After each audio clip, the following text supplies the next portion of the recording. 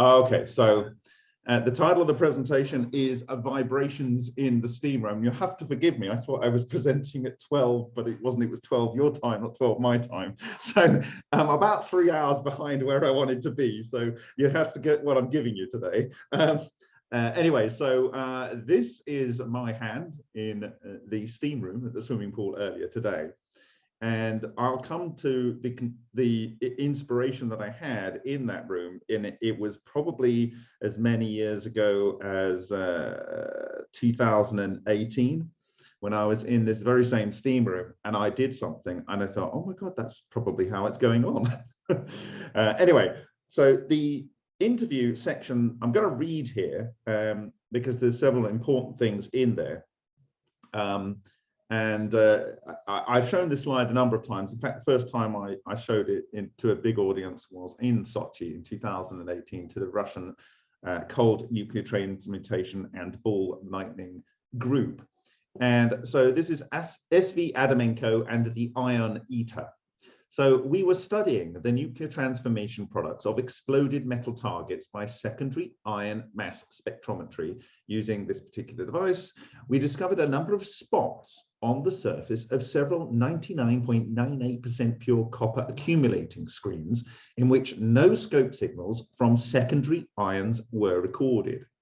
Secondary ions are normally dislodged from the screen's surface and should have been present given the intense bombardment of the screen by primary ions. These spots were areas with a transverse size of about 50 to 100 microns that looked like irregularly shaped black spots on the display. So for those that don't know, secondary ion mass spectrometry, you get something like, I don't know, gold iron or something, and you fire that towards your sample and it smashes off ions or atoms on the surface, and they come up and they go through a drift tube, and you get them detected, the mass numbers, and so you can work out what you've got in your particular sample that you're looking at. Anyway, so basically the crux of our observation was the absence of secondary ion flux in the scope for the entire range of ion masses analyzed by the device in the area of black spots. So basically there was no Mendeleev table ions, that they could find. Anyway, it goes in following the normal procedures for interpreting the images of the ion microprobe. We can only conclude that in the case of these anomalous black spots, not only are they not composed of any known chemical elements, but they're also not composed of any type of previously undiscovered heavier element.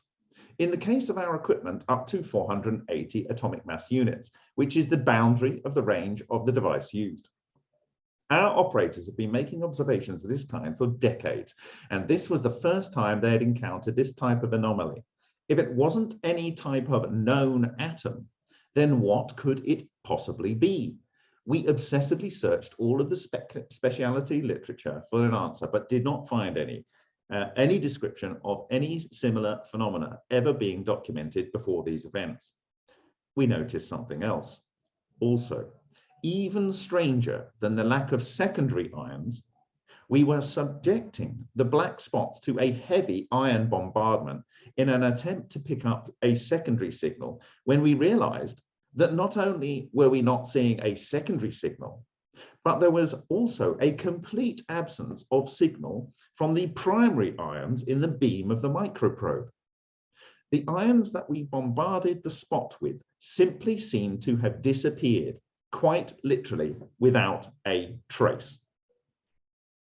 At first, I refused to believe that this could even be possible, because the primary ions are reflected, scattered from any surface in such a great amount that the secondary image of these ions on the display is transformed always to a continuous green glow on the scope's viewing screen.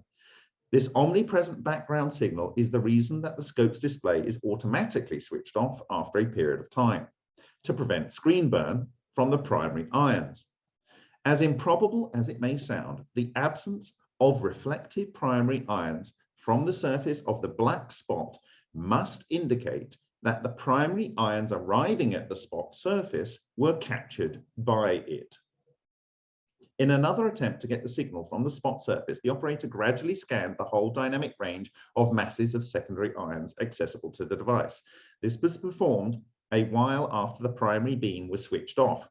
While slowly turning the knob of the device, the operator noticed a flickering spot with a decreasing intensity near 433 atomic mass units. This flicker was positioned inside the black spot and occupied a small part of its area. And several seconds after the beginning of the observation, the brightness of the flickering spot decreased to 0, i.e., the luminous spot against the background of the black area disappeared. We repeated this new experiment by switching the beam on again for several minutes and again switching it back off. The image of the flickering spot at mass of 433 AMU arose with the same initial brightness and again disappeared from view within several seconds. In both cases, the boundaries of the black spot were invariable. After repeating this power cycling observation routine 12 times, we established that the initial luminous intensity of the 433 AMU spot after a pause was proportional to the duration of the pause and the decrease in luminosity intensity as it faded from view had an exponential character. During the analysis of another black spot, with the use of the ionic microprobe, the operator observed a pattern similar to that described above, but different in that the luminosity arose not inside the black spot, but instead occurred in a non-uniform manner along the length of the black spot's winding boundary.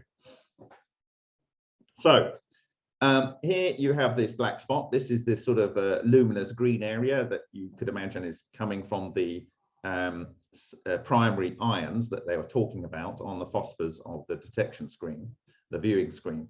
And down here is when they switch the device off and they see this glow from this 433 down to the going down exponential. So after 4 seconds, it's dimmed down. It's always in the same place in the center of the black spot. As obviously atomic mass 63 is copper isotope. And so that's what's glowing there. And obviously it's a 99.98% copper sample. So what does the iron eater tell us? There is a long-lived structure that was presenting as a black spot, 50 to 100 micrometers in size. No known secondary ions were detected following the exposure to the primary ions. Primary ions not detected either, so it must have been consuming them.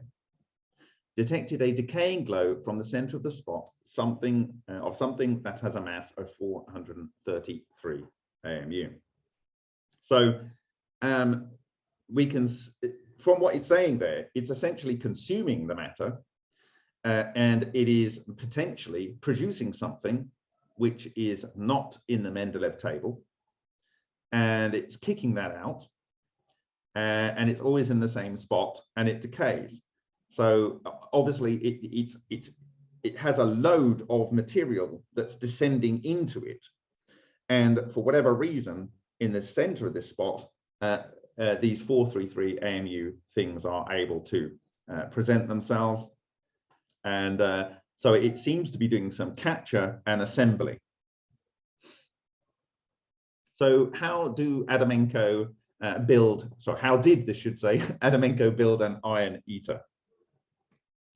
So he has a plasma discharge unit and he has a plasma switch in it. I've done this in detail. It's in his book. If people are interested, unfortunately, it's a hugely expensive book. It's like 170 pounds in digital version or something, but it is worth it actually. It's a lot of work. It's this book, Controlled Nuclear Synthesis, here, and it's 700 pages of nuclear transmutation goodness.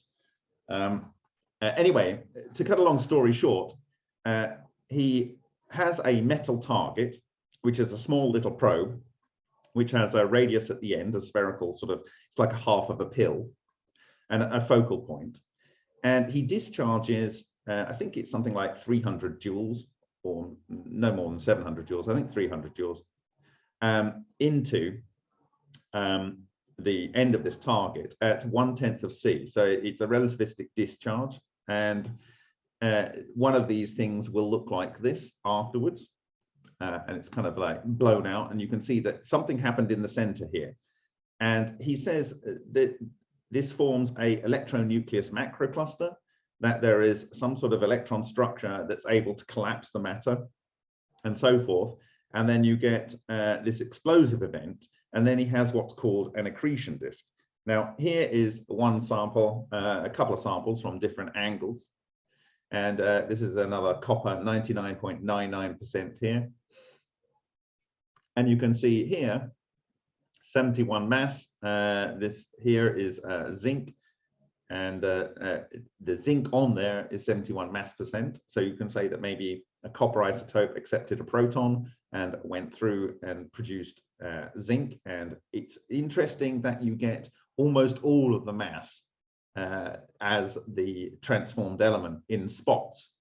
And I've argued that this is because you get coherent structures, and they're at a resonant intensity, and when they fail, most of the matter is at a particular element. And so, for instance, here there's a spot here where it's a 52.7% gold and 45% copper. So this was skewed towards gold. This one has a lot of lanthanides. You've got neodymium, praseodymium, cerium, lanthanum. So here, so this is what you see. You see bulk transmutation from a particular element to another. And so typically he would have this copper probe here, which was the anode, and then the accretion disk. And this is what the accretion disk would look like. And so the anode would sit in the middle of this, poking up through, and you get this explosions coming out here. So you can see all the action definitely happened in the center.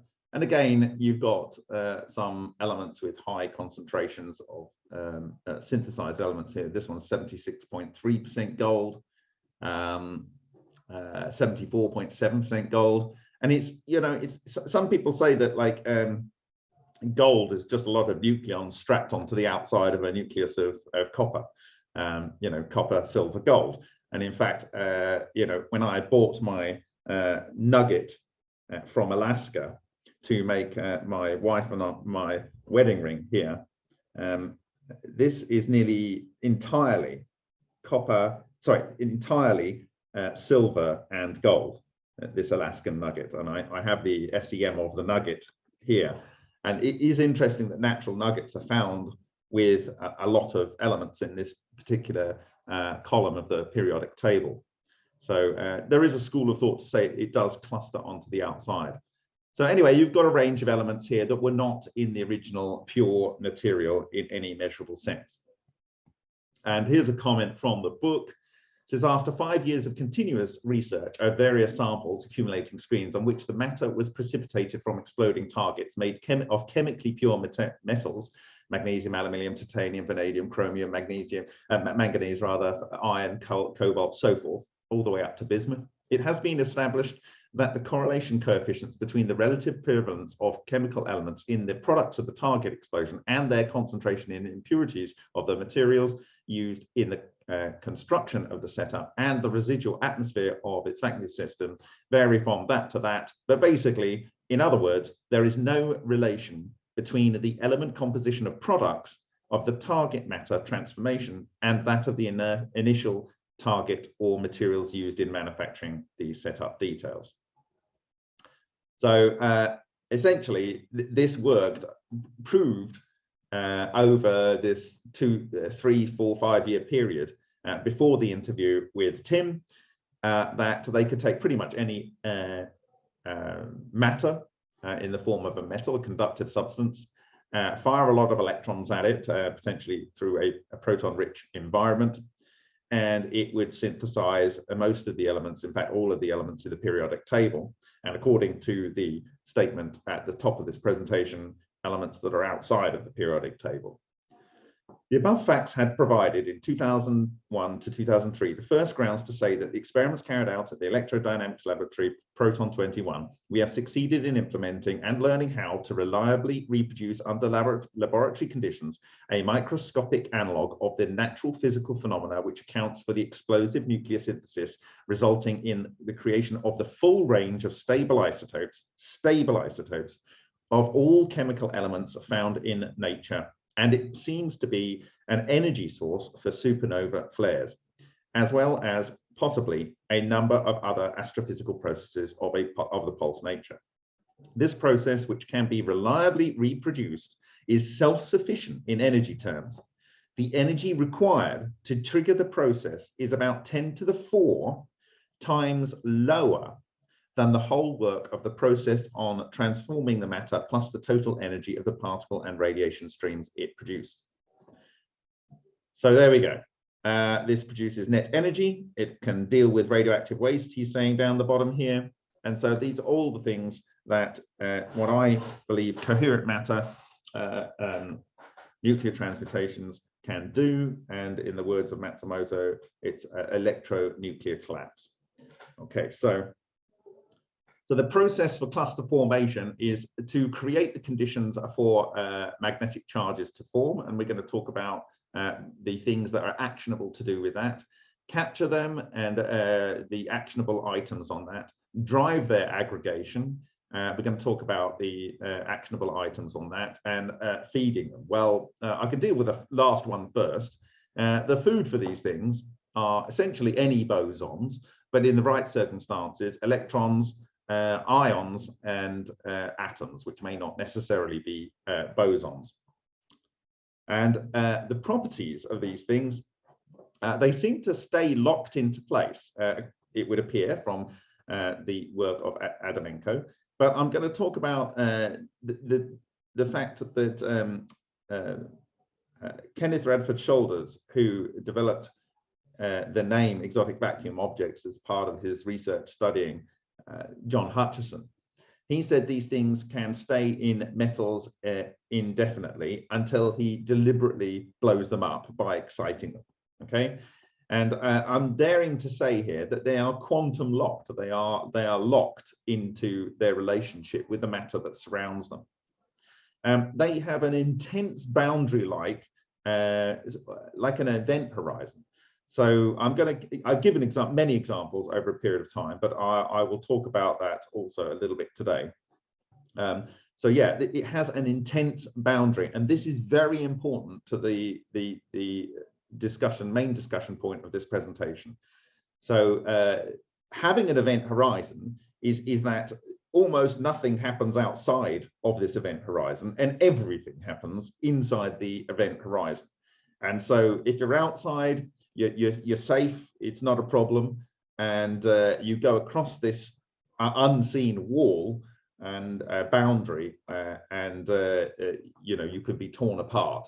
Now there may be this drift area, and you might like to think of that as the ions being shot at this black spot, and then it's emitting these 433 AMU emissions over a period of time. And so that you've got these particles, they're being caught, they're drifting in, and then they're being assembled into these heavier ions. Can be excited to blow up, producing subquanta or self-similar fragments. Okay, and what I'm saying here is, again, referring back to Ken Shoulders, they can sit in the metal indefinitely, but then if you overexcite them in a way, they can blow up. And this is going to be very important to the technology and the testimony from the technology, which I am going to be concluding and discussing with respect to this vibrations in the steam room. These traveling subfragments can disrupt matter as they travel. And this is the action of strange radiation. We're going to show a couple of examples of that. I did a lot of the work in the previous presentation on that. So is this a unique finding? The unique finding of Stanislav Adamenko and the team of scientists working there for maybe as much as 6 years in the former Soviet isotopic factory outside Kiev in Ukraine? No, it is not. This is in Matsumoto's paper that was published in Fusion Technology in September 1992. And this was in heavy water, deuterium oxide. And he's got these black spots here. And he's saying figure 1 shows spherically symmetrical traces. Spherically symmetrical traces. So you're just seeing a cross section here, but it's actually spherical with different diameters. These traces were recorded inside the nuclear emulsions so that they can easily be separated from the patches that are produced on the surface of the emulsions during the film developing process. All of the traces consist of 2 regions. The inner region is almost completely black, but the outer region, tiny black dots, are radiatively distributed. This suggests that some radiation and/or particles might have come out from the center region. Okay, so you're looking at a slice of a structure that's observed inside emulsions. Now, what do I mean by nuclear emulsions? Takaaki Matsumoto, Dr. Matsumoto was a nuclear radiation monitoring and detection expert, and he was an expert in nuclear emulsions. And so he knew what he was looking at, and he knew when something was a processing error, a film processing error, because sometimes when you develop film, you get these little marks and imperfections on the surface of the film. So that's what he's referring to there. He's saying that this is inside the polymer of the emulsion. Okay. Another one here from September 1992, but in a 1993 paper that I've just put here. Figure 7, a tiny black hole was expected to be generated from the collapse of multiple neutrons. Collapse of multiple neutrons. This is something similar to what is later being discussed in a 2003 paper with Vladimir Vysotsky about the work of Stanislav Adamenko et al. That might be produced from massive nuclei, such as the host metal and the electrolyte. So in the case of Matsumoto, he was doing explosive cold fusion using electrolysis. So he had a water type, in this case it was D2O, heavy water, some form of electrolyte, maybe potassium carbonate or potassium hydroxide or something, or sodium hydroxide. And he was electrolyzing that, and sometimes he was causing an explosion. And so he was creating a high short duration transient event. So it's quite similar, but obviously with much more simple technology to that used at Proton 21 labs, and observing something similar produced like this. And you can see it really, it's all speckly, and you have to imagine that this is a spherical object. So if you cut the emulsion, you know, in half, you would see this in the middle of the emulsion, as well as seeing something almost identical from the top with this kind of radiation coming out here. It says, the evaporation of tiny black holes has been successfully observed in heavy water. Figure 7a, this one here, shows Hawking radiation at the evaporation of tiny black hole, which is similar to the traces observed in the previous experiment with heavy water. Now, what does he mean by Hawking radiation? Hawking, before he died, I think he had something to say about whether he still believed in the event horizon, whatever. What we can see from the video, the captures from the device, this secondary ion mass spectrometry of Adamenko, is that something was going in, something was being assembled and progressively emitted, and it was energetic particles. And so at the very least, they were observing 433, but the device is not necessarily set up to detect mesons coming out, muons coming out, high-speed electrons, high-speed photons and such. It's there to detect these ions coming out. So it's working in a different way.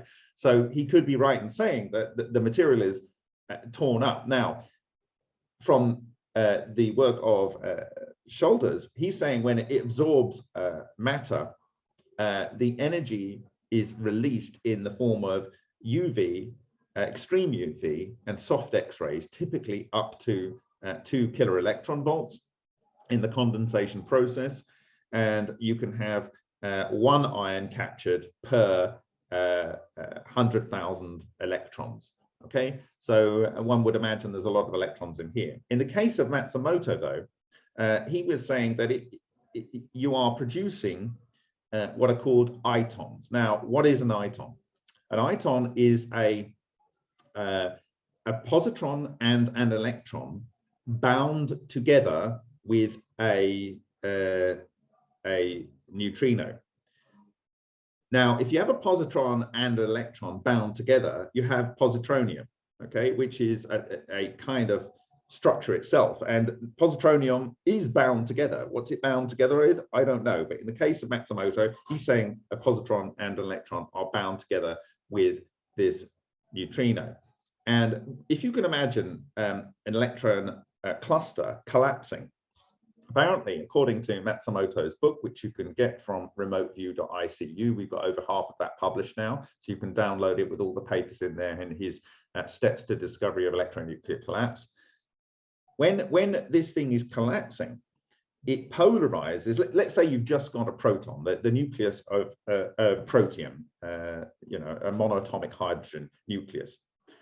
As it's compressing the nucleus, it polarizes the proton such that you get an emission of a positron and you get an emission of a neutrino. And so then if you take your monoatomic hydrogen, which is normally a proton and an electron, and this process goes forward, you then have a neutron in the center, and you have a positron, an electron, and a neutrino.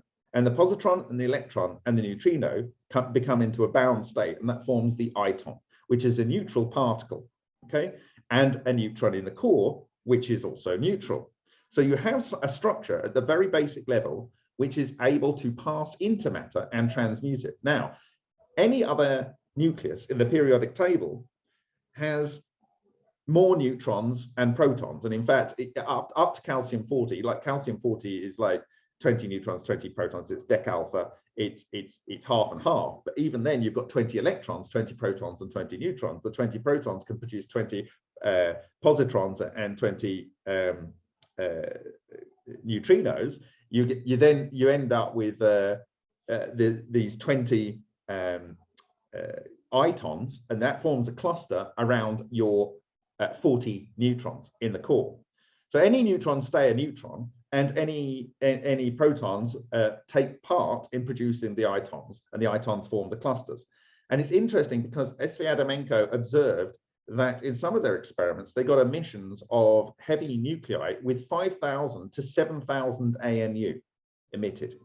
5,000 to 7,000 AMU. And somehow these things are flying out of their experiments and remaining stable long enough for them to interact with other matter. And if you've got 7,000 neutrons interacting with other matter, well, it's going to cause a lot of transmutation, isn't it?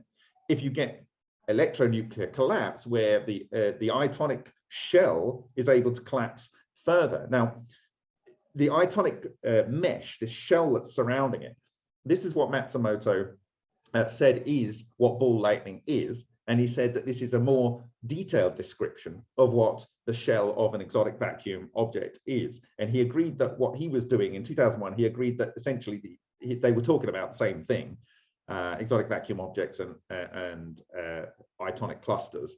But Ken Shoulders was not a theoretician. He said often that he's not into theory. He just described what he saw and could repeat what he saw every day of the week. Okay, whereas which is important in science, one might like to say. Okay, so now whether Matsumoto is correct, I don't know, but certainly what he's saying produces something that's neutral and can do the things that were observed by Stanislav Adamenko. Now, Matsumoto didn't stop there. In a paper in 1993, he published this. Figure 7b through 7f, these ones here, shows the typical feature of the black hole. The conic shape, materials seem to spout energetically from the bottom of the cone, right? So he has these cones here, and you get these structures coming out. And whether this is, he said that you had a white hole and a black hole, and this did this material organization. So here, this is a white hole and a black hole. And so you'll actually, rather than looking at top down, these are slightly more, these are exploded black holes or something like that. It's in this paper from 1993. But the interesting thing for me is that this particular structure, he's often saying that it synthesizes a lot of carbon, and I've discussed in many presentations why carbon comes out. It's because it's triple alpha. Alpha is the most stable sort of grouping of nucleons, and many synthesized elements become alpha conjugate nuclei. And if you make alpha, it floats away. If you make beryllium 8, it decays to 2,4 alpha, it blows away as helium. So the first stable element that comes out of these systems when it's doing electronuclear collapse and electronuclear regeneration is carbon. And so you see these carbon marks on here. Now, this is on the fracture sample from John Hutchison in a presentation called Hutchison Effect Magic Incarnate. In this YouTube link, you can go and see a big discussion about this in relation to Matsumoto. But here's one of these structures in 3 dimensions. So this is caught inside an emulsion, or on the surface of an emulsion. This is in 3 dimensions. And the interesting thing is, and I've got the whole thing, and it's almost identical shape. And funnily enough, the actual areas here are almost identical in terms of their positioning. So there must be something very regular in what happens when these things blow up. They must happen in a very particular way. And the interesting thing is that the clear areas here are diamond, and the strands along the edges are magnesium. And the interesting thing about magnesium is it's double carbon. Okay, so out of our black hole, we have carbon predominantly coming and double carbon on the ridges. Okay, so and the thing is that these structures produce solitons. These are like donuts of 2 different types, a predominantly north pseudomagnetic monopole and a south magnetic monopole. And in the same presentation, they can produce these flux loops. And so we'll have a north or a south here and a north or a south here, and material is swept between the 2. And at the point at the boundary where they meet, it's like a phallico-soliton, like you have in a swimming pool. There's kind of some disturbance and things bleed out. And so we've got an iron ball that bleeds out and something here. It's absolutely, you have to go and look at that presentation. It's a much more complicated discussion. But here we have what I believe is the pit created by a black hole that would be in this core here. And when I say a black hole, it's a thing it has a vortical structure that goes into it in a pole. And it has a space which it's kind of almost quantum locked into the paramagnetic aluminium. And the magnesium, actually, this has magnesium and aluminium in it, probably. And so you have something that's in this area here, and both magnesium and aluminium are paramagnetic. So it can bind to those nucleus, these structures. So are there other ways of doing this? Well, the surest way to create these structures, and the quickest way to kill yourself if you want to get loaded up with transported ions that blow up inside your body, is to use a hydrosonic pump or a cavitator. And this is the one of Alexander Shishkin and his colleagues at Dubna Science City, north of Moscow in Russia. And it's basically an industrial electric motor here. And then inside this structure, it has a series of keyways that are radially arranged. And so you get intense cavitation in there. And this, in a presentation, which I'm going to just drop into here, which is a new type of penetrating radiation, he talks about the other ways that they've created these magnetic monopole-like structures. So I'm going to drop out of this now, and I'm going to go to that presentation for you to look at.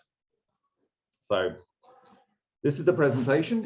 You can go and look at it on our YouTube channel. You can go and see the original Russian presentation and my translation of it. But this is a new type of penetrating radiation, Alexander Shishkin, and this is from October 2018.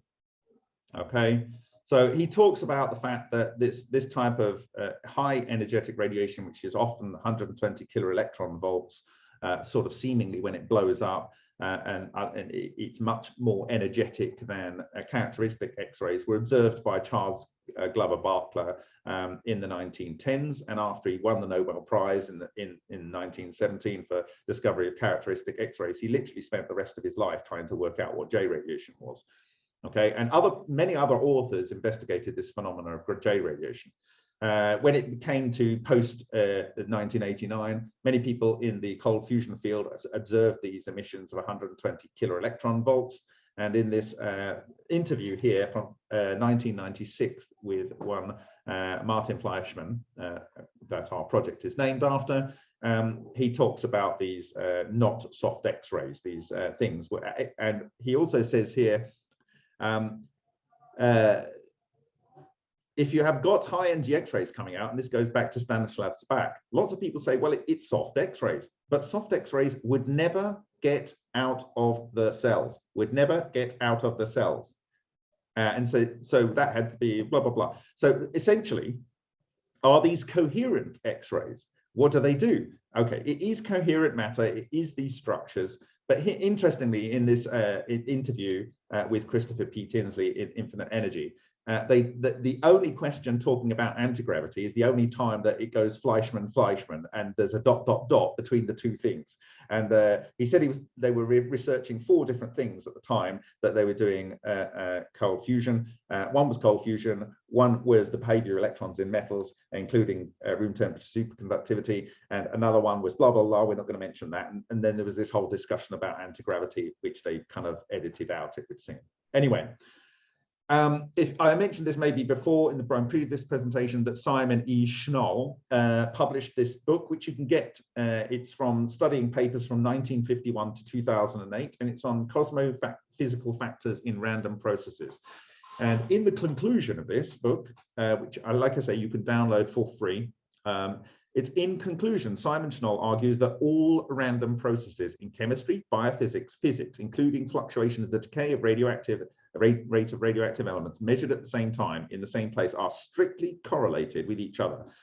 Based on this analysis, Schnoll, as well as other researchers, for example, Parkhomov, Baurov, etc., concluded that there exists a certain cosmophysical factor, agent, which actively influences virtually all processes occurring on the Earth and in space.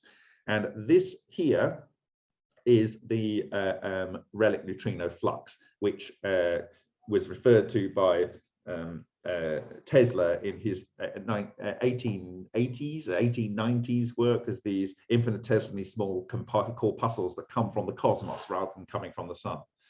Anyway, Shishkin calls it magneto-toro electrical radiation, and he believes that this is the agent.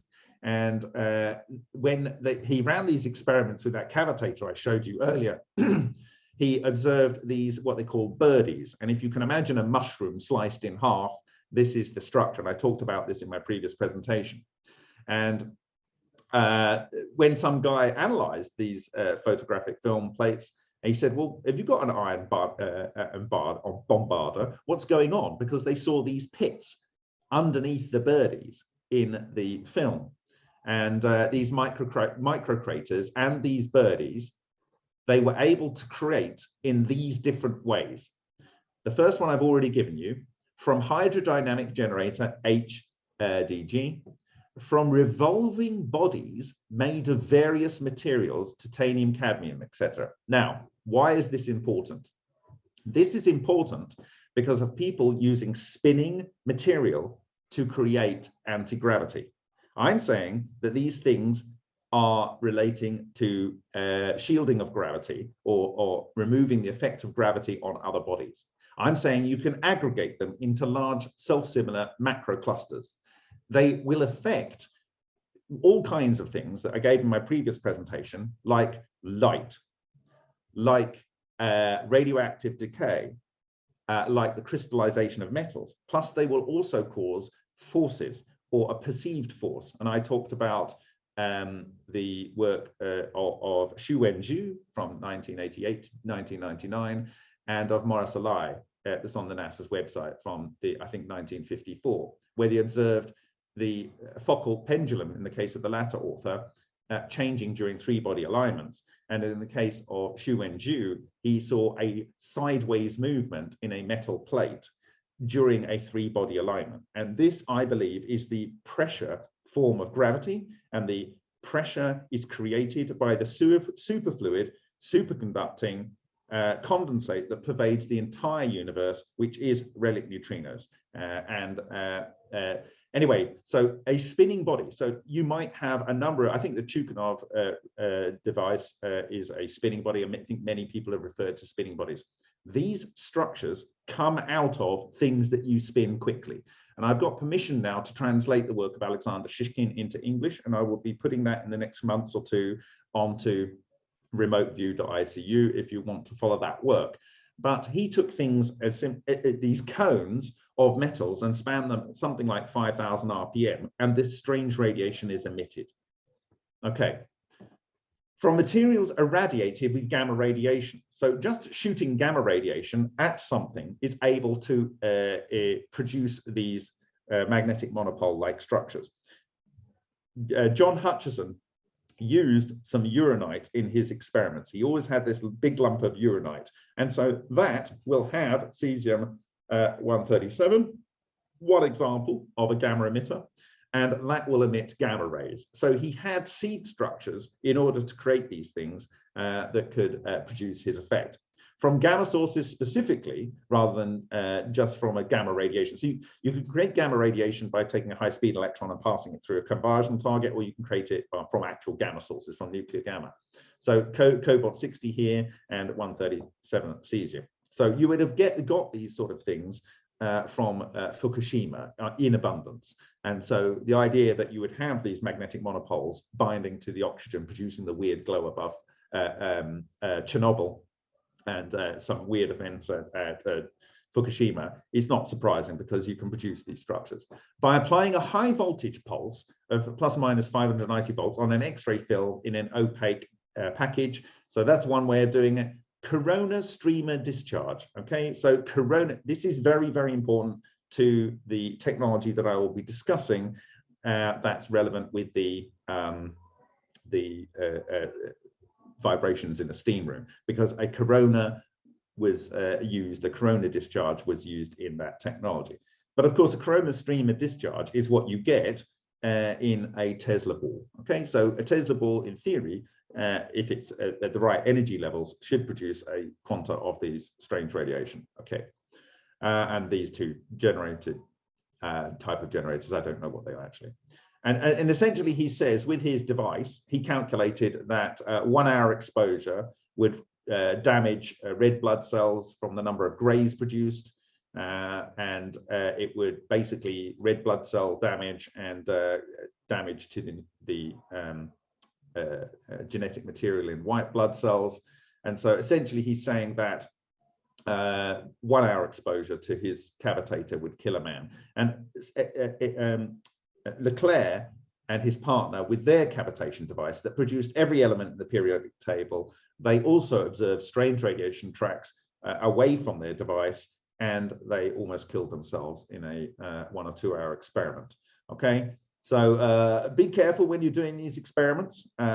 Weird effects can occur around anti-gravity craft, as well as technology that relies on these phenomena. Things like time distortion, anything that uses a transistor will cease to work very effectively if you get within the event horizon, or within the sort of kind of boundary around the event horizon. You need to be careful with that. Now, there's a note at the end here. Yuji Bazhatov, who sadly departed, probably because he was exposed to this radiation for too much time, he says that there is a way to protect yourself with a fluoroplastic plate. So, for instance, PTFE or boron. And the thickness of the sheet of glass must be 2 centimeters thick. And other authors like Shoulders and Shishkin are suggesting thin layers of conductor and insulator, saying metallized mylar sheet. I build them out of aluminium and cellophane, alternate layers, and so on. Boron obviously is a neutron absorber, so if you've got something with 5,000 to 7,000 neutrons, it's probably good to have that there. And fluoroplastic, I believe that fluorine is a good fuel for this, and so it causes a bit of a disruption to the things as they're flying through the air, and so that's the way that it interacts with that. Okay, so This is the point that I want to add in here from Shishkin. Now we've been talking about him, that he said in a private conversation to me in 2018. He says, after a while, my cavitator stopped producing strange radiation. In order to get it to produce it again, I had to physically move it to a different part of the lab. After a while, my cavitator stopped producing strange radiation. In order to get it to produce it again, I had to physically move it to a different part of the lab. So what we know from the work of SV Adamenko is we've got something that's locked into the metal. We know from shoulders that these things can stay in metal indefinitely. We know from, and I've shared this in many presentations, we know from Matsumoto, these structures grew on crystal boundaries and they ate spherical sections out of the material.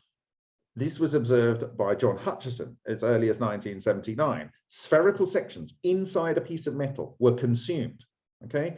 And we have observed this in our own Vega experiments last year and shared this widely. And we can see the whole process occurring on the macro scale, and we've showed how it grows in the crystal boundaries and it eats out these sections, does the transmutation, and so forth. And so this is very, very repeatable.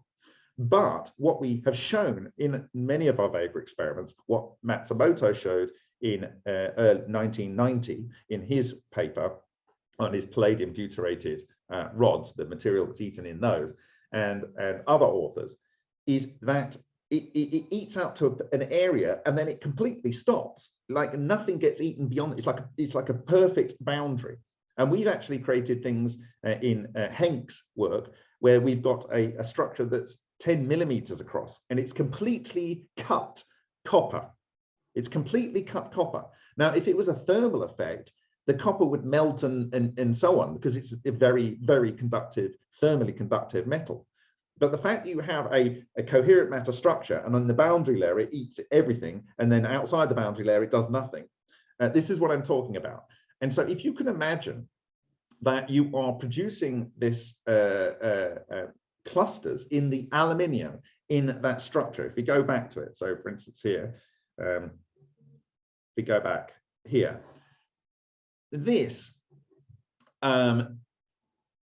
is producing an area around it where this flux of relic neutrinos from the cosmos is being sucked in and aggregated into these structures.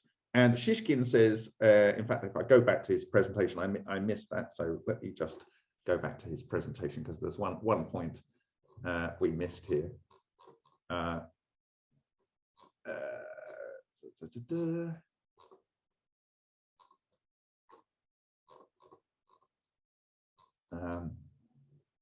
A string vortex soliton is an ordered vortex structure of cold neutrinos, since the interaction of string vortex soliton with radioactive isotopes changes the decay characteristics of these isotopes. Okay, so cold neutrinos are the technological equivalent of relic neutrinos, or they could be relic neutrinos. So let's go back to our slide here.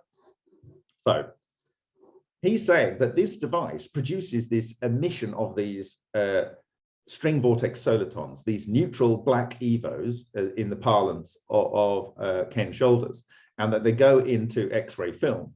But if he runs it in the same place too long, it stops working. And this was observed by Alexander Parkhomov as well. And so he literally has to get this device and move it physically to another part of his lab and turn it on again for it to start producing the strange radiation on the X-ray film.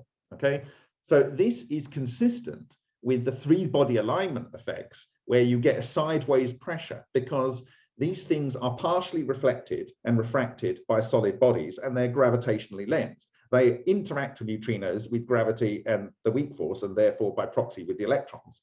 And so as it rains down, as for instance, you've got like Betelgeuse shooting out a load of these relic neutrino flux towards, or lensing it towards the sun, and then the sun is lensing that as a lens module towards the moon, and then it's wrapping around the moon.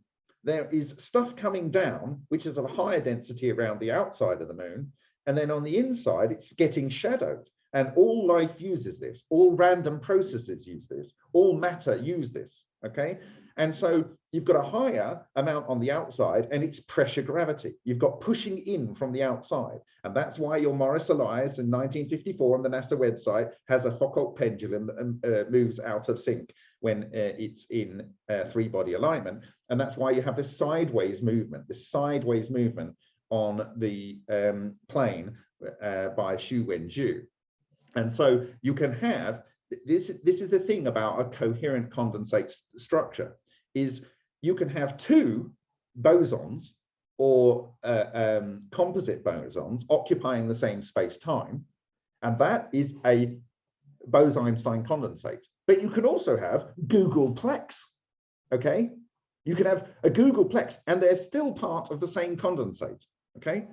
They're still acting as one coherent body. But in some places, it's more alike than others.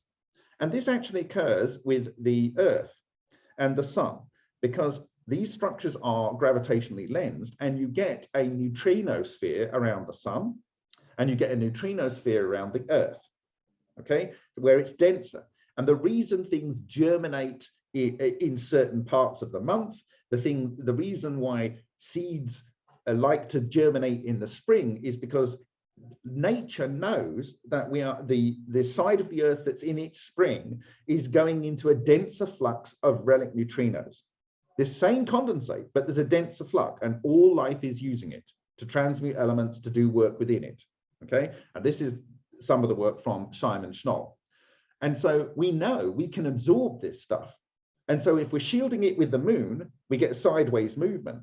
And if we're capturing it by having a spinning body, which can include a reentrant jet from a cavitating bubble, you are going to be aggregating these things from the environment. There's going to be a lower amount of them inside here, and there's going to be a higher amount of them outside, and you're going to get diffusion from the outside to the inside.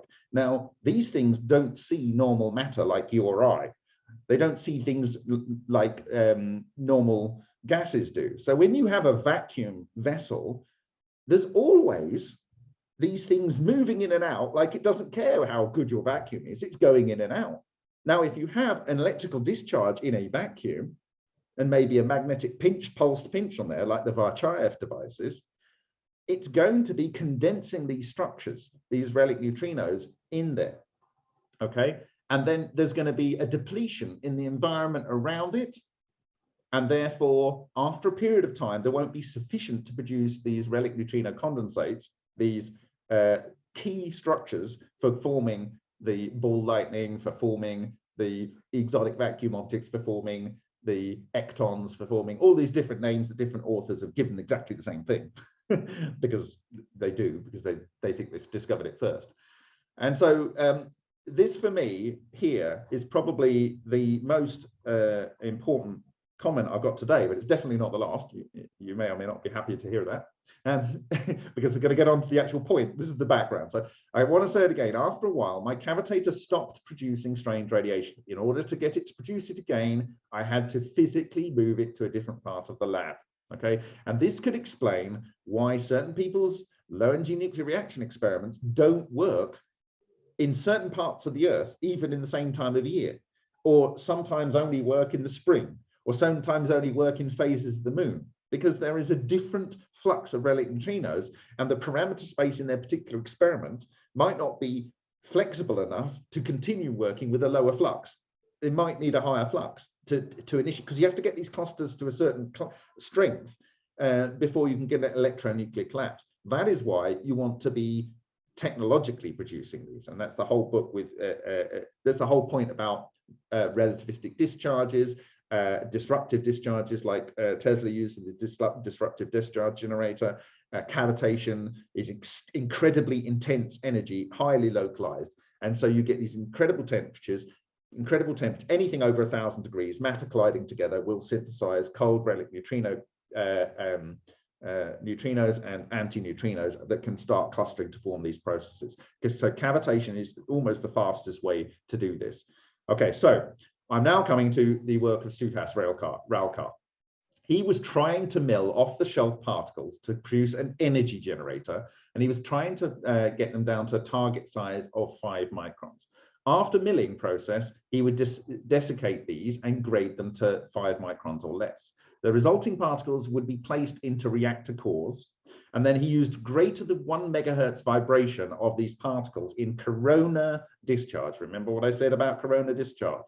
We've got vibration here, we've got corona discharge, we've got something that was cavitating, and we've got metal particles. Note what he said here. In his reactor, if he didn't corona discharge but caused a spark, the core would blow up. It would blow up. So cavitation of metal in water, this makes the charges, the magnetic charges, via cavitation and resonant modes. What am I talking about, resonant modes? Well, I think probably the best way to talk about that is cymatics. I don't really need to go into cymatics. You all know what I'm talking about, okay? And so it almost doesn't matter what your structure of your plate is. It will set up some resonant modes. Now, these things, this is a key point. So let's look at this structure here. These things like to live on a surface. So they like to form in surface boundaries. But if you add sound, then, for instance, if you've got iron or you have aluminium, for instance, you want to make an anti-gravity device using aluminium plates, okay? And you're using discharges, which produces static electricity, which gives you a lot of charge separation. And then you're spinning those plates, which are going to allow you to get towards producing these clusters. And then you are vibrating it. What you're doing is these magnetic monopole, pseudo-monopole structures that are bound to the paramagnetic aluminium are bounced, and they're bounced. And they form on the antinodes where there's no bouncing going on. Now, we've done this every day of the week in a $35 experiment. You can go and find out how to do. A 5-year-old can do it, and it's called Ultra. You use a ultrasonic domestic cleaner you can get it off Amazon, have it delivered in a couple of days, and you can transmute elements using aluminium and water and sound, okay? You get the cavitation, you get the charge separation, and you get the resonant modes, and the resonant modes appear almost instantaneously. We've caught it all on camera, and it's all shared, and you synthesize elements. And it's because you get this, in my view, these charge clusters forming, and you get the charge separation, the intense energy localization, the resonant energy localization at the nodes and antinodes, and you then get this aggregation, and you get these intense magnetic vortices and soliton pairs, phallico-soliton structures. And this is what is going on. If you have an aluminium plate and you're spinning it, and then you have magnets on there, the magnets will do this. They will create vortex pairs. They will create induction effects.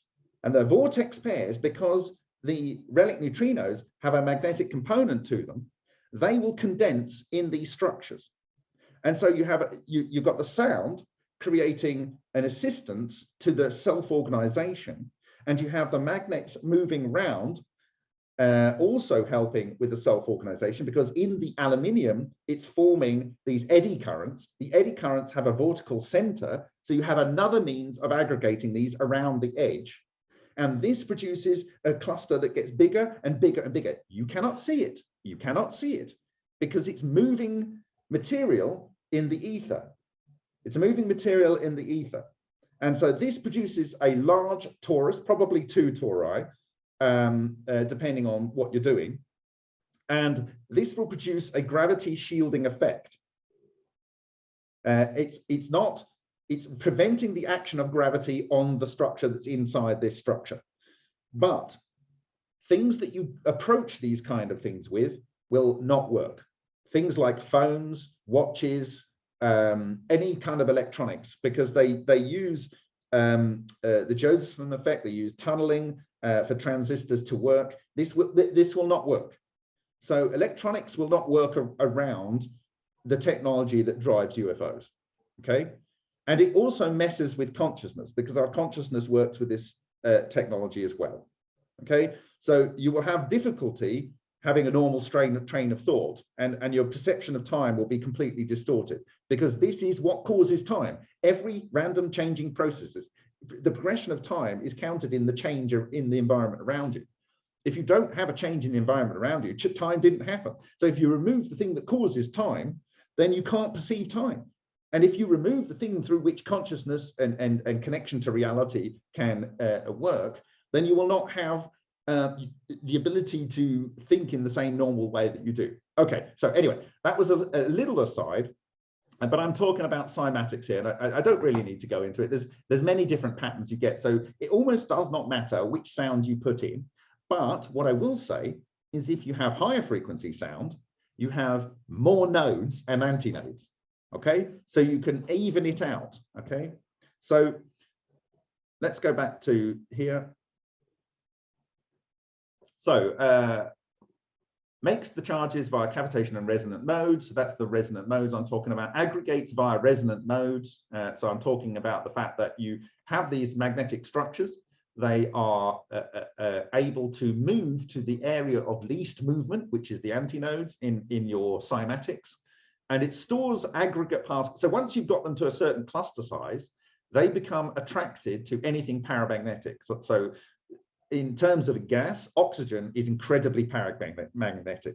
It's bizarrely paramagnetic compared to all of the elements, all the way up to something like holmium or something like that, of the paramagnetic elements. And so this is why you've got those weird glows above Chernobyl, because it changes the spectral bands, just as Xuan Zhu observed during three-body alignments, because he has a different density of the relic neutrino condensate. Okay, so stores the aggregates in metals, and we know we can store it in metals because you've seen it in SV Adamenko's work right there. And we know that Ken Shoulders says it can stay in metals indefinitely. And this is what was going on in Suhas Raukar's reactor. Okay. So he then had a foil maker, and this was a fast, he only did this to produce a fast way to make nickel foil for part of the electrode. And he pulsed water flow electrical discharge with 19.46 kilohertz sound. And this would have assisted the formation and aggregation of these structures. Plasmoids were found in, and what I've got here is another slide down here. And this is the work of Bogdanovich. And this is a black torus. This black torus here, this is so good at grabbing the light. So the EVOs can be spheres or tori. Okay, this is a tori. So the event horizon on this is real time. This is a plasma flow discharge by Bogdanovich at the Moscow National Nuclear Physics Laboratory. So he has water flowing down here onto a metal plate, and he's discharging high voltage through here, and it's producing this plasmoid, which is you've got a plasma glow behind, but it's not being able to get through the torus. So this is an example of this going on. And actually, Suhas did this, and here is the thing that produces his where are we? Am I doing? It's gonna, there we go. So he has a metal plate in here, and he is got water with an electrolyte coming down, and he's doing a discharge on that. And the metal plate collects nickel, and it produces this nickel foil, which he actually uses ultrasonics to delaminate as well.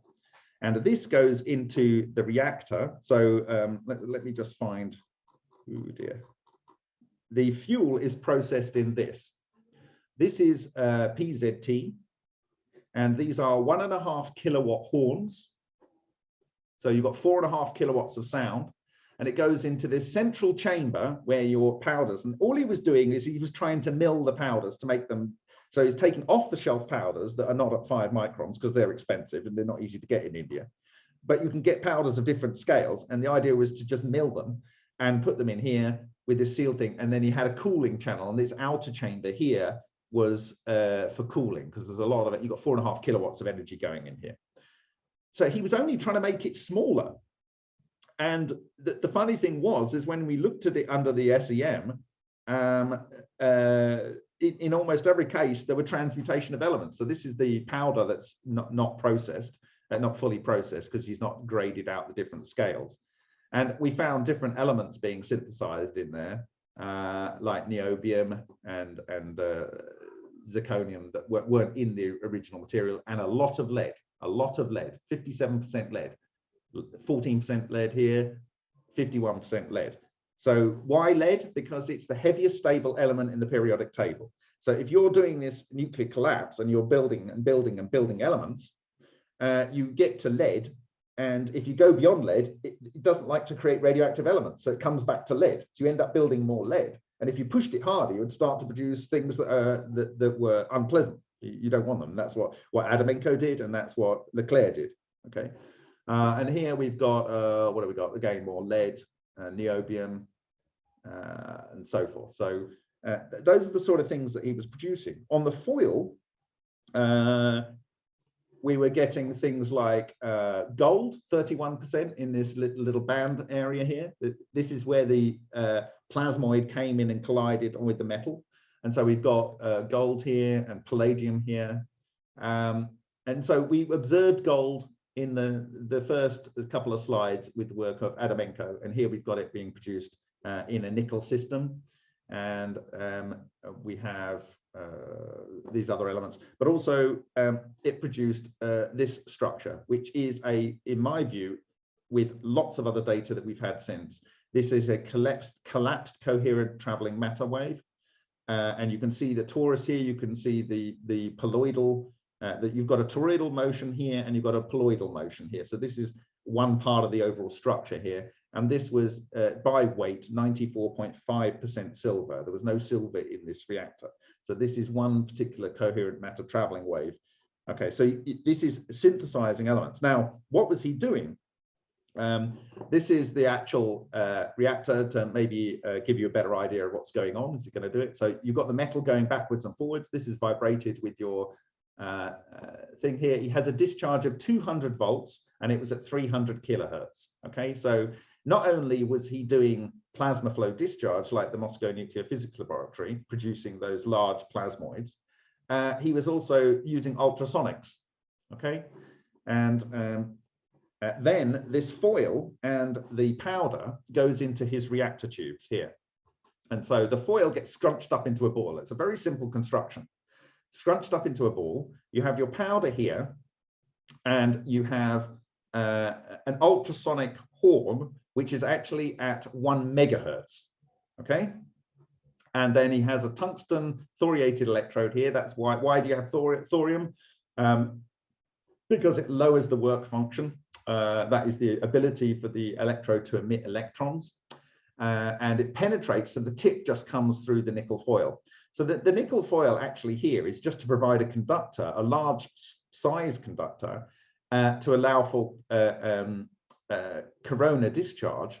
And the tip of the tungsten thoriated electrode is an initiator.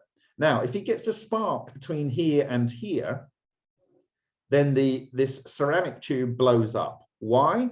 Well, I've already discussed this in many presentations, but when you have the material condensed into the electron condensate, all the electrons, let's say there are 10 to the 23 electrons in a particular structure, which is much smaller than they would ordinarily be. Then you blow this up by disrupting it with a discharge. The coherent electrons then return to their normal electron charge. So you've got, let's say, 10 trillion electrons, right? But they're all acting with 1 minus charge, okay? You disrupt it with an electrical discharge and it blows up. And at the point that it starts to dishevel, all of the individual electrons become a -1 charge. And then you have a Coulombic repulsion between all of them. And it's incredibly violent. And Ken Shoulders talked about how, sadly, this can make unbelievable weapons. He said about a 1 cc of fluidized electrons would do a 10 by 10 by 10 meter volume, and basically everyone would be completely destroyed. So the point about what's going on in here is his metal is completely loaded with these monopole structures. And what do you want to feed it? Well, you've got hydrogen atmosphere. Let's have a look at the overall reactor here. You've got 8 of these cores around a central tube. You've got a helical water around the outside. and it comes through the center, and it comes out at, let's say, 95 degrees C. When we wanted to test this, we didn't want any phase change, okay? And so you have these multiple cores, and then this whole thing is in a hydrogen atmosphere. So it doesn't matter that you haven't sealed these things very well. It's not important, because you want the hydrogen in there as part of the fuel. Let's go back to here. Now, I'm going to actually show you on here a little bit more information. So this is the generator working, and it's producing steam there. Okay, it's wet steam, so there's a problem with that. And is this where he gives me some fuel? No. You can go and have a look at this. This is on steamit.com at MFMP. And I describe in detail, but I have here the ultrasonic horn that connects to the reactor core. So it's a very simple construction. You have a ceramic tube here. You can imagine you've got your, have I got the diagram here? No, I haven't got the diagram here. You've got the nickel foil. Through this tube, you have the welding electrode, and in the center here, you have that processed powder. Inside that powder, it is completely loaded, chock full of these magnetic monopole structures, these exotic vacuum objects, bound in the metal, like you saw at the beginning of the presentation in SV Adamenko's work. How do we know this? Well, because he gave us some fuel. He gave us some fuel, and I discovered my first strange radiation looking at this in various different ways. This was on this polymer that's on the outside. So I had a magnet here. We know these things can be affected by magnets. So I had a magnet here, a little neodymium magnet, a neodymium magnet here. We had some neutron bubble detectors here, and this was left for a number of weeks. And we had these, whatever's coming out of this fuel, this is not graded and not sifted. So he didn't know that this had strange radiation emitting from it. We discovered it by getting some of his fuel. And it came out and it was drawn into the direction of this magnet over here. And we've got this structure on here. And when we looked at it under an Olympus scanning laser microscope, we see the telltale signs of the impacts of strange radiation. There's one track here and these kind of double pits and group pits of the kind of appropriate scale. One of the reasons I thought to use a magnet in that way was the work of Keith Fredericks, who created these spots and observed these tracks. This is from Matsumoto, this star formation, and this is a similar torus that's rolling along the surface, flipping over end to end, same as you've got here in Matsumoto's work. And he actually used a nuclear emulsion like Matsumoto, and because Ken Shoulders said that these things can be emitted from your fingertips, that's the easiest way to produce EVOs. He put his fingertips, so if you ever think of going producing sound and sitting in the lotus position, creating a vortical structure around yourself from the EVOs that are being emitted from your fingers, then you know why people do that. I always used to think these people were utterly bonkers, but now I know they're not. It's like the picture on your wall there, Tim. So you're emitting these EVOs from your fingers, and you've got left hand, right hand, which is exactly what you need to produce the vortical structure around you. So you put his fingers on this film and use this neodymium magnet and produced these different traces. So this is interacting with biology all of the time. Okay, so here is this thing here. Now I have, so I'm just going to step away to talk about the fall off of these structures. And I've shared this slide with you before, but what we've got going on here is we have two brass plates. This is the cathode, this is the anode. This is causing electron bunching. Electron bunching leads to coherence of electrons. That leads to coherent matter, okay? We then have the coherent matter, the macro ball lightning forming here. When it disrupts and explodes, we have the emission of part of the original structure of the coherent matter structure in the form of a coherent matter traveling wave.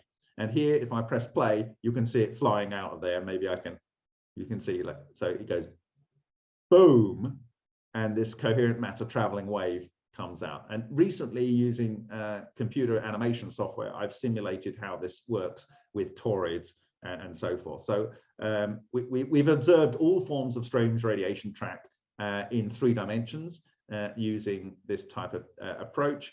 And here is a undiscussed strange radiation track interacting with aluminium in work from the 1990s by Ken Shoulders. So this is where an EVO came through here by Ken Shoulders. This is a dual EVO. When I say dual, it's like a condensate of possible, and I'll talk about this in a separate presentation. It's possibly a singlet electron condensate where you have spin up, spin down, but like a massive, massive singlet state, or it's a positron electron structure in a massive coherent itonic cluster structure in the form of a thing that's much larger than a normal positronium coming through. And this is why, because they have this magnetic link between them, they can spread apart and they come back together, just like a phallico-soliton does in the swimming pool.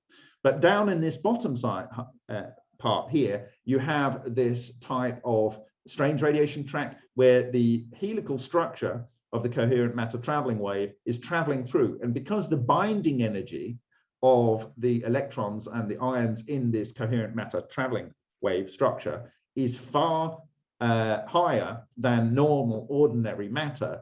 Normal ordinary matter has no way of being able to resist this. And this is why it makes unbelievably unpleasant weapons. This is why the Hutchison effect did really, really weird stuff, because an ordinary matter cannot deal with this. Okay, so this is what I'm talking about. This structure here has a very defined boundary. And when it goes through this aluminium, which is a highly thermally conductive metal, it's literally cutting it exactly the same shape as the coherent matter traveling wave. Okay, it's not spending long in here, but it's completely removing the material. This is what I'm talking about with an event horizon. Outside of it, it's largely unaffected. Inside of it, it's completely changed. Now, in this particular video, which I've analyzed in detail, this is about 5 frames within one of our Vega experiments. This is done in Canada by David Boutelier. And you can see several coherent matter traveling wave structures going around. This one here is beautiful because you've got the positive and negative structure orbiting around each other.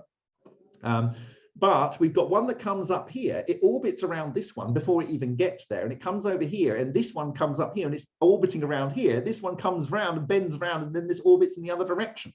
But they're not really interested in where the anode and the cathode are. They're only interested if they come within a certain distance of each other. They literally they go in exactly the direction they want to go in until they look ahead or look behind the structure of another one of these coherent matter traveling waves, in which case they move very, very intensely.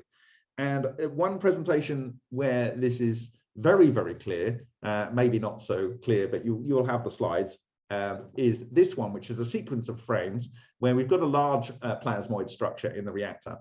But we have this one that comes out, it comes out here, it goes over to the left, it goes over to the left, it bounces off the cathode, it gets re-energized, comes round to the right now, comes round to the right, comes round to the right.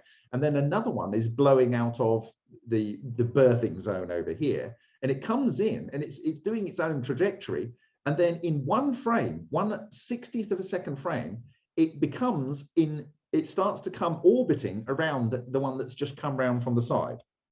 So it has no influence, and then it has all the influence in the world. And then you see another one here in purple coming out, it's moving in its own direction, and then it starts to interact with the two that are now nearly perfectly in sync. They're self-cohering, they are self-organizing coherent matter traveling waves, okay? And there's no resonant chamber in here, they're just doing it because they're so influential on each other. And this one comes in and it starts to wrap around this one, and it's wrap around, and then these 3 come together. But for whatever reason, these 2 may have performed a decent, stable structure. But by the time it gets to here, this one has disrupted them, and they kind of wobble out, and they go on their own merry ways. But another one down here bounces off the bottom, and then it comes up, and it's hilarious. It comes to here, and then it orbits 180 degrees only around this one's path, and then it starts to follow it. So the influence on each other is phenomenal. the ability and desire for them to collect and organize, but they're organizing at a distance. And this is what Ken Shoulders observed. They form bead chains. Matsumoto observed this as well. We have observed this. Many authors have observed this. And in fact, even if you go back to the original work that was a reference for Ken Shoulders, this is the Lafferty book here.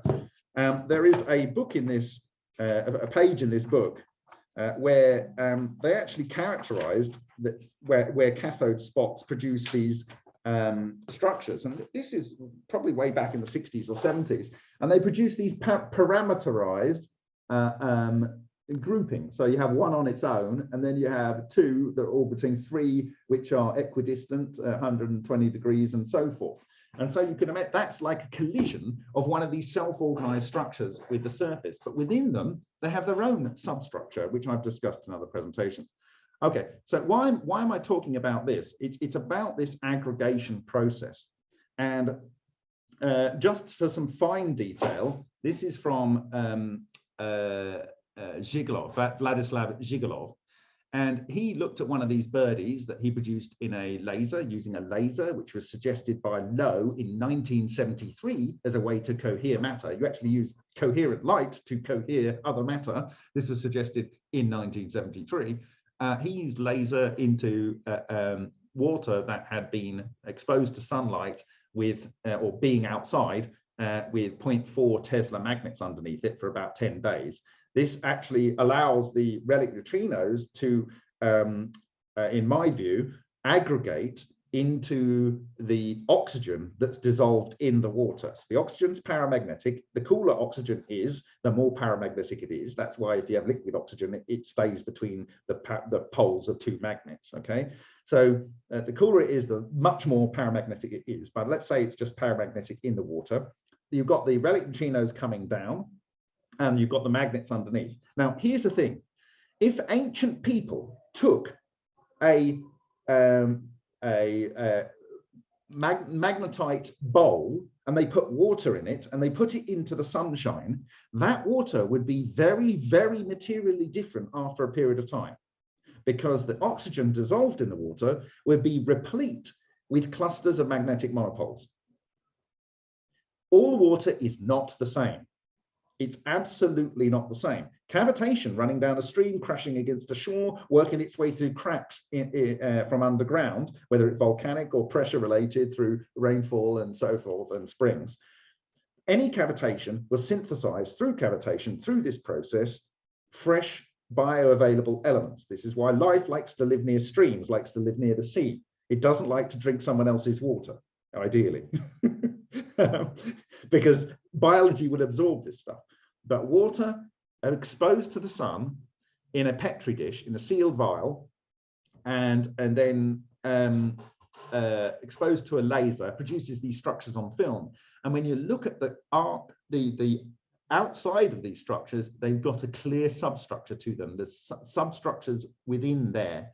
And I believe these are also similar to the macro structure. This is an aggregate of aggregates of aggregates of aggregates of aggregates of aggregates of aggregates. Okay, and these things can scale. And the pseudo-north monopoles like to join the pseudo-north monopoles, and the pseudo-south monopoles like to join the pseudo-south monopoles. What do I mean by that? If you can imagine this is a mushroom, okay, this is like a primer fields bowl, or more specifically, like the Boyd-Bushman directional magnetic beam pattern by Lockheed Martin, which when he was working at Lockheed Martin. And it produces a magnetic beam of either south or north energy, depending on the arrangement of the magnets around the other other five sides of a cube in the basic configuration. But this is more like a primer fields bowl, where you've got lots of magnetic monopole structures or things that have a magnetic beam pointing into a cone, into a direction which produces an intense magnetic beam. And this intense magnetic beam here, in my view, is the disruption beam in the Podlakstanov work, which causes material to blend into other materials in the same fashion as the John Hutchison work. So, like I say, spinning bodies will produce these things. Electrical discharge will produce these things. Cavitation will produce these things. Okay, so lastly, I have my steam room. So this is me earlier today in the steam room in my city here in Brno.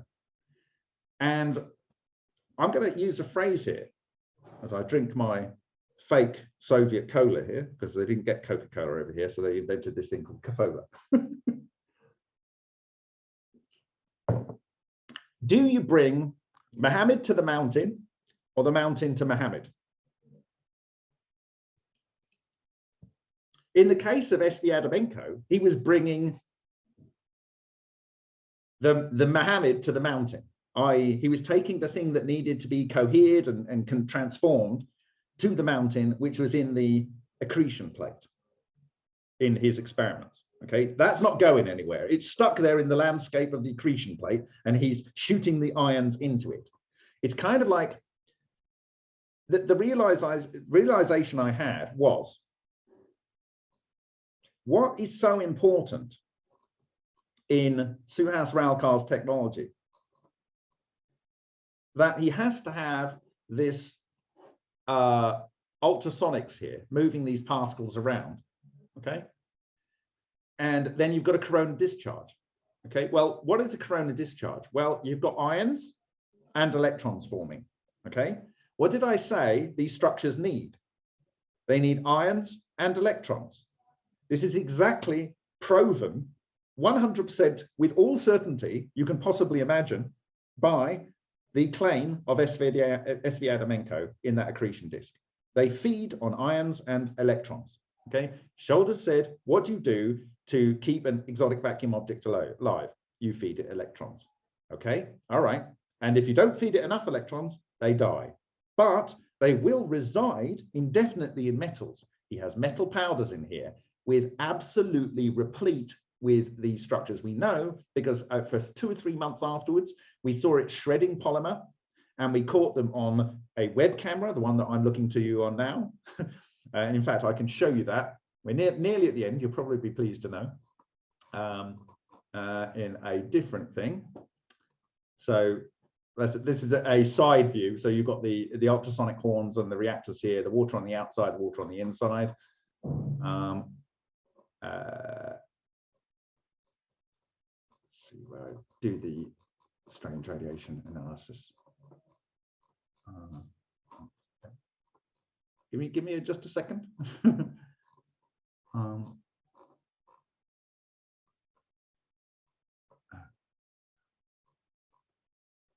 Nearly there, honest. Maybe it was way up. Oh, here. So this is what his fuel did to a plastic container after just a few days. He says, Bob, I don't know why, but I put my unprocessed fuel into a container and it shreds them to pieces.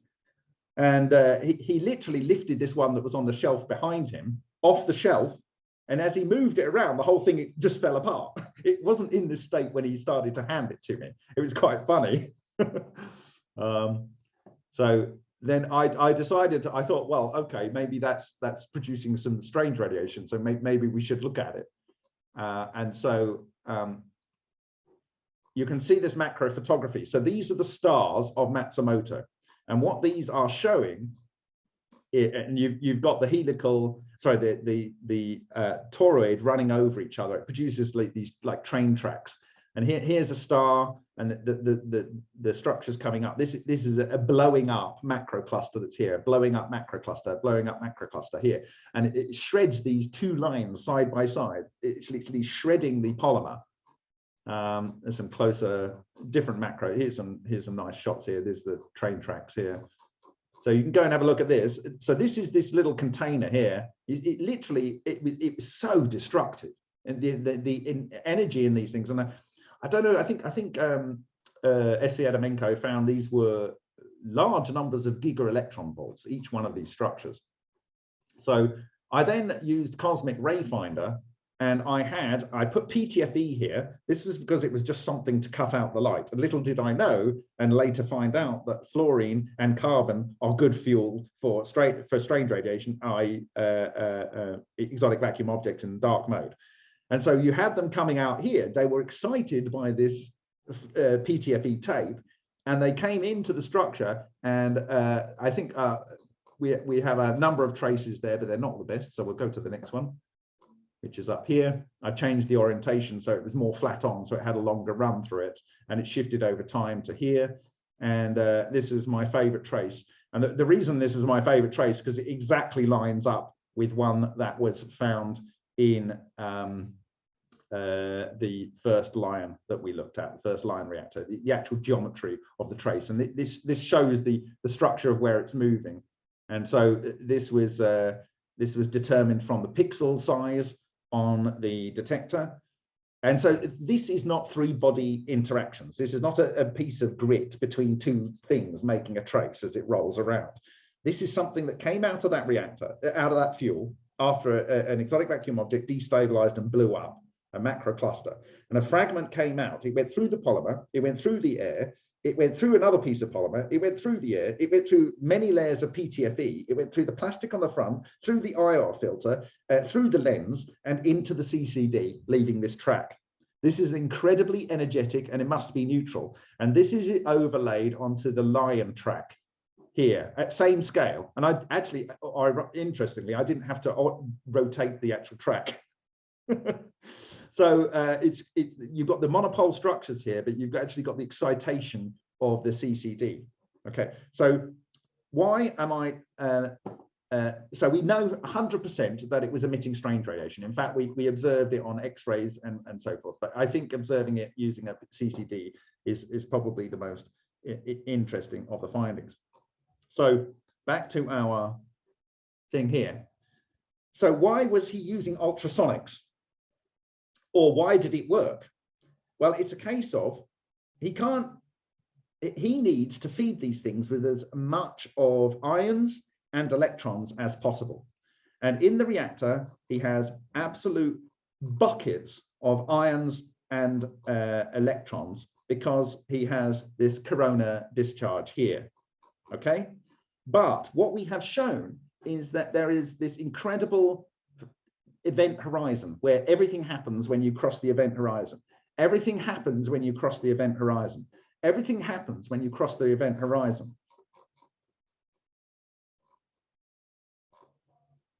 Everything happens when you are crossing and going to the event horizon. So rather than shooting ions into the center, by having this vibrate, you're moving the particles, which are all over the surface, covered with these, what look like, if you were to be able to see them, they look like solar prominences. You have a one pole and another pole, and you have material that's sweeping through in an intense magnetic flux loop, okay? And that magnetic flux loop will grab the electrons and ions and produce energy by fusing or fissioning them appropriately to or from heavy elements to light elements, or from light elements to middle of the road elements, somewhere between iron and calcium, they tend to end up. And so I was sitting in this steam room about four years ago, and I sat there, and I'm, you know, when you're sitting in a steam room, nothing, you're getting hot, and you're getting hot over a period of time, and that's called Brownian motion. So that's like our particles sitting at the bottom of an echo reactor, not moving, okay? They're only getting the electrons and the ions that are getting there by statistical chance of particle interactions through Brownian motion. And going on in the Adamenko experiment, even less is occurring, because they're only going to get the ions if they're directly fired at the black spot. But if we then vibrate my hand, as I did a couple of years ago, like that, what you find is, and you can go and experiment with this yourself to have a very visceral connection with what's going on, your hand gets a lot hotter, because all these water molecules in the air that had a lot higher energy than the temperature of your hand collide with your hand, and they share the energy. But what that taught me is I am adding more of these molecules to my hand. And this is what's happening. It's like wind chill factor. It is like being on a motorbike with a helmet off and going on an icy road. If you stand on the motorbike, you're pretty okay. You've got hairs on your face and stuff, right? You're not so cold. But if you get on the motorbike and you go at 70 miles an hour, believe me, your face starts to freeze pretty darn quickly. Okay, this is what's going on in the reactor. So you need to make these structures. And in conclusion, I'm just gonna kill my presentation here. Okay, so can you see my mugshot, my ugly mugshot? Yeah, and okay. I still have you spotlighted too. So okay, fine. Okay, so you need to make these structures like on this Hutchison sample here. You will have the structures growing on the grain boundaries, as we have now proven in our Vega experiments last year, and we can observe it on Hutchison samples, and they build up on the grain boundaries in aluminium, because aluminium has all these grain boundaries. In iron, if you can get them to build up inside the material, they will produce intense magnetic monopoles, because they lock. In aluminium, they can move around and jiggle. So you'll get one moving, growing here, and another one growing here, but they get too big enough. And if they're the same pole, they'll come together. So it goes, blah, blah, blah, blah, blah, right? But iron is ferromagnetic, okay? So as you get them building and you're building, they stay locked in place, and they're locked so hard to the iron that new ones that are formed jump onto each other. So you get an aggregation of norths and souths, bigger and bigger and bigger and bigger, until if you have two norths that are growing and growing and growing, they will then literally tear the sample apart. It literally goes because you have an intense north and an intense north. So you end up with a sample that has two norths. Okay. Now, when George Hathaway was talking about all of these different systems producing the same effect, and probably it was John having some interaction with it. There's two things that he's saying which are correct. Yes, if you are electrically static, sensitive, as I am, I can predict when there's going to be lightning almost every time, right? Some people can do that, some people can't, right? There's a certain level of field that you can sense. Then you will know better when it's going to occur. But he also used an AM radio. And in the previous presentation, I showed you that when you get an electron macrocluster disheveled, and the electrons that were formerly in the condensate state blow up, they then return to the state of normal electrons. They form a Coulombic repulsion, which is instantaneous, and that produces a scalar wave. That gets picked up on AM waves as broadband AM, and it gives you the pop. So he used two tricks. He used the fact that he's sensitive to electrostatics, and he used the fact that he's listening for those pops. And it doesn't happen immediately. You have to have patience, because if you haven't got things set up, you will not get the clusters forming very quickly. If you haven't got the parameters right, they will not form quickly. He had a high intensity discharge xenon tube. That is absolutely perfect for producing loads and loads of these by the bucket load, and you guide them to the sample area. They aggregate in the sample area. But he also sometimes used traveling waveguides, and he also used sometimes some uranite. As I said, it was always in presence. Uranite by itself will be producing these things, right? And you need to aggregate them and guide them to the active area. Once they are there at a sufficient intensity, they will lock into place. With aluminium, they move around, like I said, on the crystal boundaries, and in iron, they tend to stay in place and grow in situ, okay? And you could use sound, actually, to improve it. And I've talked about how you would use sound, and I talked about this before the Salvatore patterns were released, that you would use a technique that was developed in the 1950s to use a piezo material to convert high-frequency magnetron output, say 10 megagigacycles or whatever they call it, it's like 10 gigahertz or whatever it's are, and you convert that into solitons of traveling waves, scalar waves, which are just actual phonons that are of the same distance as the interatomic spacing. And this is specifically said in New Scientist in 1963. This is not patentable, okay? Sorry, Salvatore Pais and the US Navy. This is not patentable. And what this does is it causes these structures, these electron condensates, to grow in situ. And when they join each other, as we have shown in Vega, they wet together. And that produces superconductivity through the structure. And this is specifically said in the book, which you can download off remoteview.icu by Takaaki Matsumoto. And he said this in 1999, Okay, and he said the structures, and we have demonstrated it in a huge scale using the Vega Valley. And so you have one ball lightning here, and one ball lightning here, and one ball lightning here, and they are wetting their electron condensate north-south magnetic monopole structures, pseudo-monopole structures together. And when they are big enough, they wet together, and this is one condensate. This is one electron fluid condensate, okay?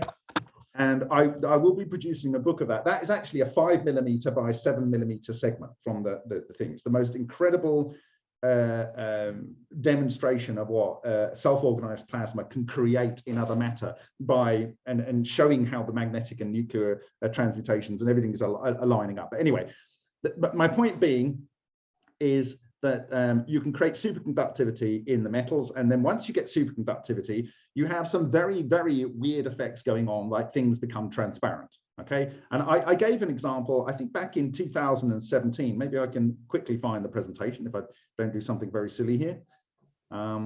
Yeah, and Bob, if I could jump in really quick. So we have 10 minutes left until David is on. We're going to have to skip the Q&A session for today, and that's totally cool. That's totally cool. I just want to let you know. I don't mind taking questions. I just want to share this. Oh yeah, no, I just want to let you know we have a hard stop in 10 minutes. So okay, great. Okay, so let me just see if I got the right one here. What was my thread? What was I talking about? Now I've lost my thread. Yeah, but, yes, again, yes. I can't thank you enough for I mean, you have run through so much material today. You know, this is a lot of food for thought. So okay. if you're open to it, maybe we could postpone Q&A, because I know, you know, it's getting late your time, but oh no, it's actually okay. I'm normally up late.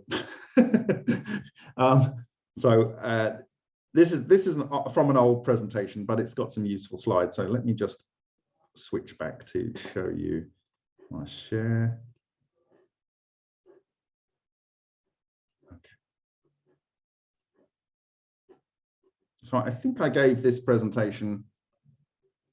So what are you seeing now? I don't know whether you're seeing. What are you seeing? Yeah, so it's back on your browser and it's showing Steam it. Good. Let's go here then. Right, let's find the slide I want to show you. So this is the bead chains by Shoulders. What I'm talking about is this famous experiment by Thunderfoot, where he mixes sodium and potassium in water. And so you have your silvery metallic thing. It becomes black as it interacts with the water, and then it becomes transparent. Now, I believe that this is because you have an electron condensate, or an intense amount of electrons that are interconnecting their wave functions in here, and it's interacting with light in a very materially different way. And then it explodes, and the explanation for the explosion is a Coulombic explosion, although this is an ionic Coulombic explosion rather than a pure electron Coulombic explosion. But this isn't exactly what I'm saying, but what I'm saying is that if you have this going on in the metals may actually become transparent. Okay, so if you had an anti-gravity craft that was using this technology, there's two things that you might, a number of things. I talked about the fact that it's likely that they will have plasma, and the plasma will grow through several colors from sort of the ionization of nitrogen in the air and oxygen, and then it will go through to UV, so it'll blue shift. It'll go like purple through to yellow. This is my prediction off the top of my head. It would go to a UV blue type look, and then it will start to look transparent. And there's two reasons for that. Once, when it's a coherent condensate, the light from behind will bend around the entire structure, like it does around a black hole. And the other thing is the actual metals in there, if they're depending on their metals, will become partially transparent. So you might even be able to see into the craft partially because of the way that the technology works. This is the transparency thing. So let me go back to the previous presentation. So go here. So I hope what I've given you food for thought is that when George Hathaway is saying he doesn't know because loads of different systems produced it, over 9 years, Shishkin et al. in Dubna in Science City, 50 kilometers north of Moscow, found that very many systems produce these relic neutrino condensates, which can start off as electron condensates carrying ions, but they carry ions definitely, and when they interact with materials, they act as if they have neutrinos in them. Okay, they are neutral because they're coming through the water, they're coming through the aluminium, they're traveling over air, and they're going through the sheath of the radio plate, the emulsion, and they are interacting with the silver compound on the nuclear emulsion. And so you can imagine how these things are clustering, and they can cluster and be produced by a range of things. The simplest way that you can do this and to do nuclear transmutation is to go and buy yourself an ultrasonic, probably around about 43 kilohertz domestic cleaner. They're about, I don't know, the size of a toaster, and they cost about $35. You can get aluminium kitchen foil and high quality or any water, but it's useful to have deionized water. You put it on the underside of a cake box from an old CD stack, and you sonicate it for about 3 minutes, and you find these yin-yang pairs, and in the center of the yin-yang pairs, where the forces are most intense, you get synthesis of elements, and you will see that you have coherent matter, frozen coherent matter traveling waves on other areas of the aluminium as well. It's the simplest way. There's a long history with people like Roger Stringham of synthesizing elements using ultrasonics. And the higher the frequency, the more resonant nodes you have. So Suhas-Ralka in a reactor was having 1 megahertz. So not only the particles lofted into this ion and electron-rich food for the magnetic monopole flux loops, the organization in the whole system is much more superior as well. Okay, and so forth. So this is you in a strong wind, or this is you on a motorbike running into the driving into the wind, or as I said, vibrations in a steam room.